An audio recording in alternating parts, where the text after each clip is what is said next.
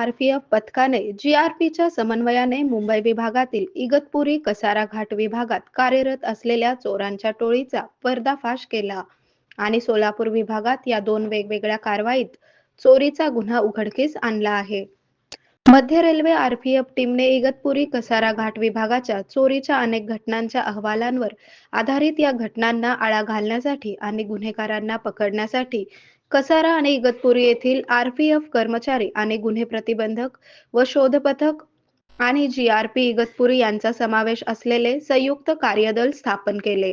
या पथकाने घाट आणि लगतच्या डोंगराळ भागात सक्रिय असलेल्या संशयास्पद व्यक्तींवर सातत्याने गुप्तपणे पाळत ठेवली. दिनांक 12 जानेवारी 2026 रोजी घाट विभागात पाळत ठेवताना आरपीएफ पथकाला संशयास्पद हालचाली आढळल्या. ट्रेन क्रमांक 1268 एर्नाकुलम हजरत निजामुद्दीन मंगला एक्सप्रेसमध्ये एका प्रवाशाच्या सामानाची चोरी केल्याबद्दल 2 जणांना रंगेहात पकडले.